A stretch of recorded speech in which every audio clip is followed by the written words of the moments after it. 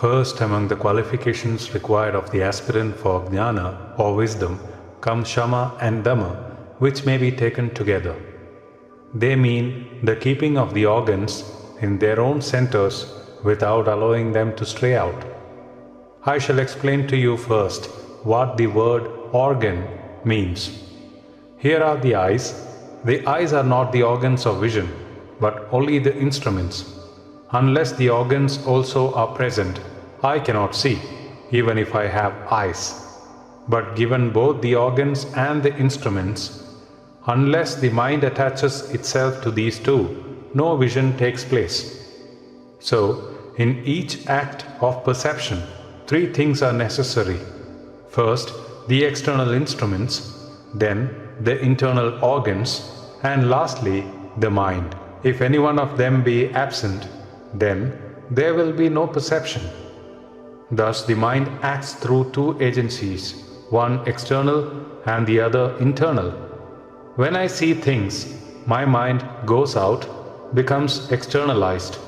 But suppose I close my eyes and begin to think. The mind does not go out, it is internally active. But in either case, there is activity of the organs. When I look at you and speak to you, both the organs and the instruments are active. When I close my eyes and begin to think, the organs are active but not the instruments. Without the activity of these organs, there will be no thought.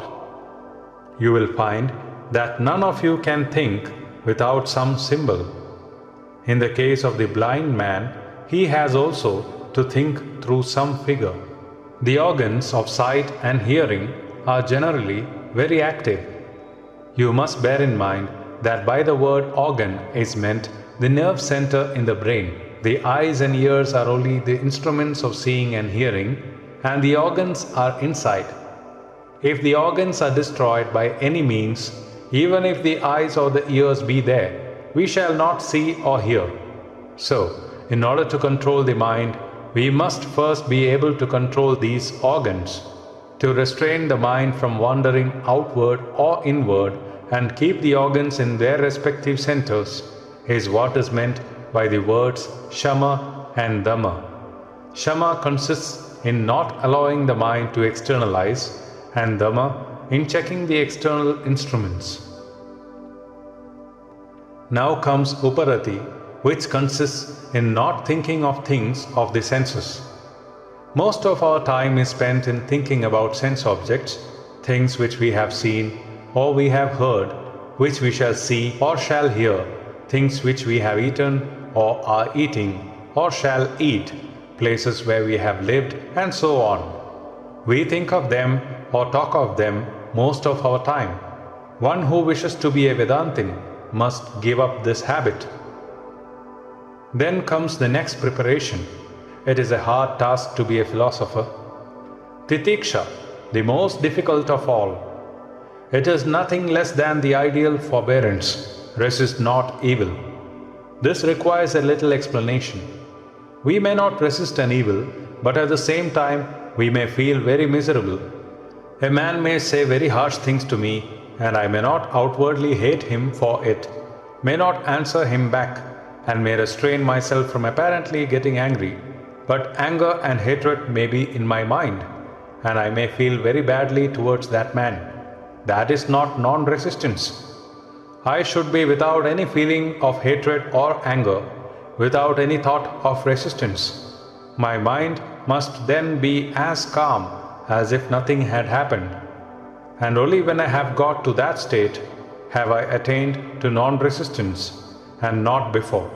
Forbearance of all misery, without even a thought of resisting or driving it out, without even any painful feeling in the mind or any remorse. This is titiksha. Suppose I do not resist and some great evil comes thereby. If I have titiksha, I should not feel any remorse for not having resisted. When the mind has attained to that state, it has become established in titiksha. People in India do extraordinary things in order to practice this titiksha. They bear tremendous heat and cold without caring. They do not even care for snow, because they take no thought for the body. It is left to itself as if it were a foreign thing. The next qualification required is Shraddha, faith. One must have tremendous faith in religion and God. Until one has it, one cannot aspire to be a Jnani. A great sage once told me that not 1 in 20 millions in this world believed in God. I asked him why, and he told me, suppose there is a thief in this room and he gets to know that there is a mass of gold in the next room and only a very thin partition between the two rooms, what will be the condition of that thief?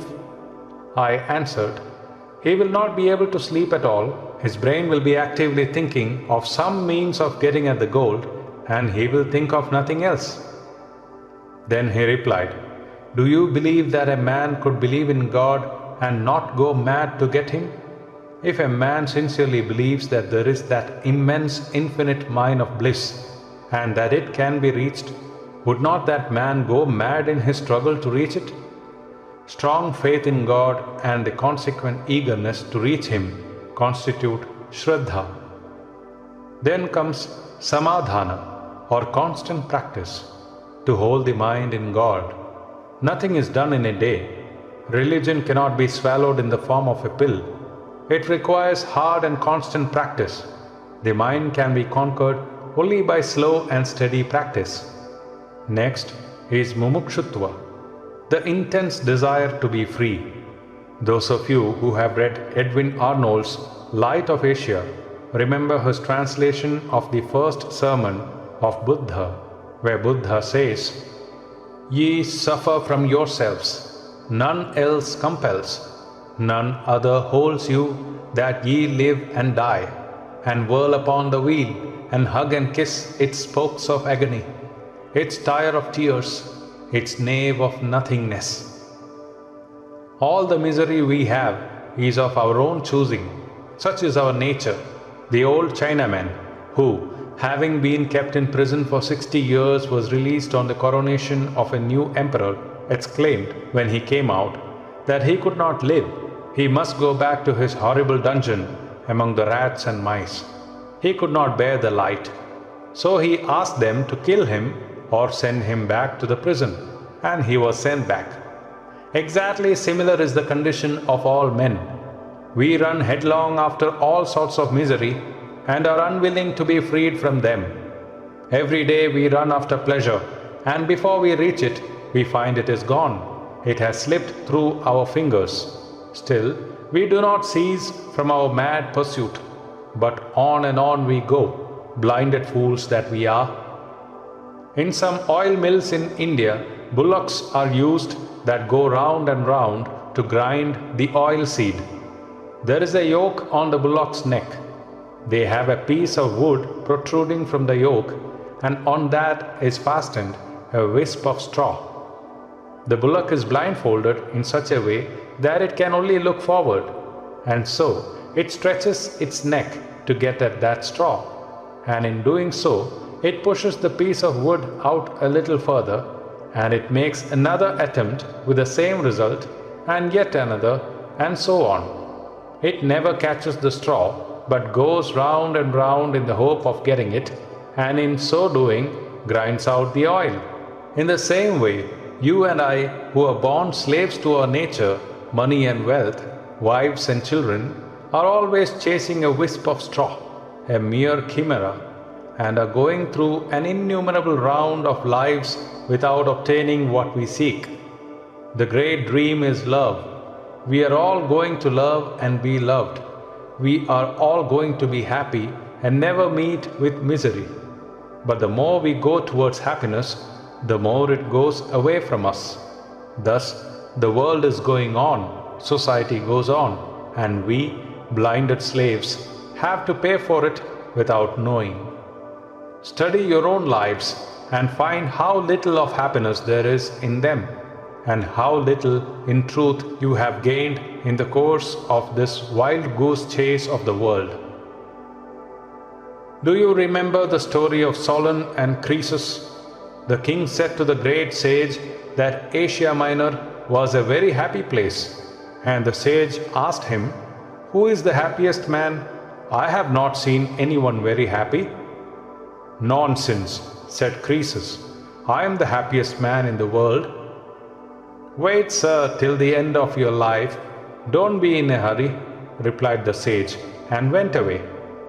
In course of time, that king was conquered by the Persians, and they ordered him to be burnt alive. The funeral pyre was prepared, and when poor Croesus saw it, he cried aloud, "Solon, Solon!" On being asked to whom he referred, he told his story, and the Persian emperor was touched and saved his life. Such is the life story of each one of us. Such is the tremendous power of nature over us. It repeatedly kicks us away, but still we pursue it with feverish excitement. We are always hoping against hope. This hope, this chimera, maddens us. We are always hoping for happiness. There was a great king in ancient India who was once asked 4 questions, of which one was, "What is the most wonderful thing in the world?" "Hope," was the answer. This is the most wonderful thing. Day and night we see people dying around us, and yet we think we shall not die. We never think that we shall die, or that we shall suffer.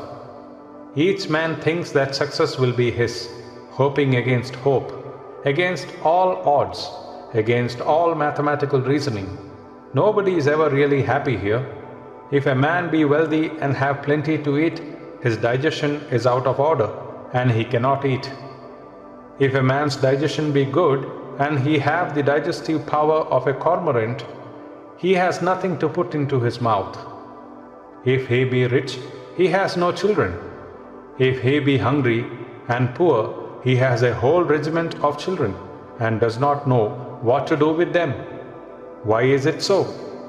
Because happiness and misery are the obverse and reverse of the same coin. He who takes happiness must take misery also.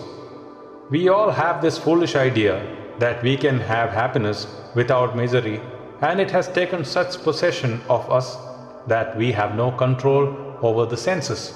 When I was in Boston, a young man came up to me and gave me a scrap of paper on which he had written a name and address, followed by these words, "All the wealth and all the happiness of the world are yours, if you only know how to get them. If you come to me, I will teach you how to get them. Charge $5. He gave me this and said, "What do you think of this?" I said, "Young man, why don't you get the money to print this? You have not even enough money to get this printed." He did not understand this. He was infatuated with the idea that he could get immense wealth and happiness without any trouble. There are 2 extremes into which men are running. One is extreme optimism, when everything is rosy and nice and good. The other, extreme pessimism, when everything seems to be against them. The majority of men have more or less undeveloped brains. 1 in a million we see with a well-developed brain. The rest either have peculiar idiosyncrasies or are monomaniacs. Naturally, we run into extremes. When we are healthy and young, we think that all the wealth of the world will be ours, and when later we get kicked about by society like footballs and get older, we sit in a corner and croak and throw cold water on the enthusiasm of others. Few men know that with pleasure there is pain, and with pain, pleasure. And as pain is disgusting, so is pleasure, as it is the twin brother of pain. It is derogatory to the glory of man that he should be going after pain, and equally derogatory that he should be going after pleasure. Both should be turned aside by men whose reason is balanced. Why will not men seek freedom from being played upon? This moment we are whipped, and when we begin to weep, nature gives us $1. Again we are whipped, and when we weep, nature gives us a piece of gingerbread, and we begin to laugh again. The sage wants liberty. He finds that sense objects are all vain, and that there is no end to pleasures and pains. How many rich people in the world want to find fresh pleasures? All pleasures are old, and they want new ones. Do you not see how many foolish things they are inventing every day, just to titillate the nerves for a moment, and that done, how there comes a reaction? The majority of people are just like a flock of sheep. If the leading sheep falls into a ditch, all the rest follow and break their necks. In the same way, what one leading member of a society does, all the others do, without thinking what they are doing. When a man begins to see the vanity of worldly things, he will feel he ought not to be thus played upon or borne along by nature. That is slavery. If a man has a few kind words said to him, he begins to smile, and when he hears a few harsh words, he begins to weep. He is a slave to a bit of bread, to a breath of air, a slave to dress, a slave to patriotism, to country, to name and to fame. He is thus in the midst of slavery, and the real man has become buried within through his bondage. What you call man is a slave. When one realizes all the slavery, then comes the desire to be free. An intense desire comes. If a piece of burning charcoal be placed on a man's head, see how he struggles to throw it off. Similar will be the struggles for freedom of a man who really understands that he is a slave of nature. We have now seen what mumukshutva, or the desire to be free, is. The next training is also a very difficult one. Nitya Viveka, discriminating between that which is true and that which is untrue, between the eternal and the transitory. God alone is eternal, everything else is transitory. Everything dies, the angels die, men die, animals die, earths die, sun, moon and stars all die. Everything undergoes constant change. The mountains of today were the oceans of yesterday and will be oceans tomorrow. Everything is in a state of flux. The whole universe is a mass of change. But there is one who never changes, and that is God. And the nearer we get to Him, the less will be the change for us. The less will nature be able to work on us. And when we reach Him and stand with Him, we shall conquer nature. We shall be masters of these phenomena of nature, and they will have no effect on us. You see, if we really have undergone the above discipline, we really do not require anything else in this world. All knowledge is within us. All perfection is there already in the soul. But this perfection has been covered up by nature. Layer after layer of nature is covering the purity of the soul. What have we to do? Really, we do not develop our souls at all. What can develop the perfect? We simply take the evil off, and the soul manifests itself in its pristine purity, its natural, innate freedom.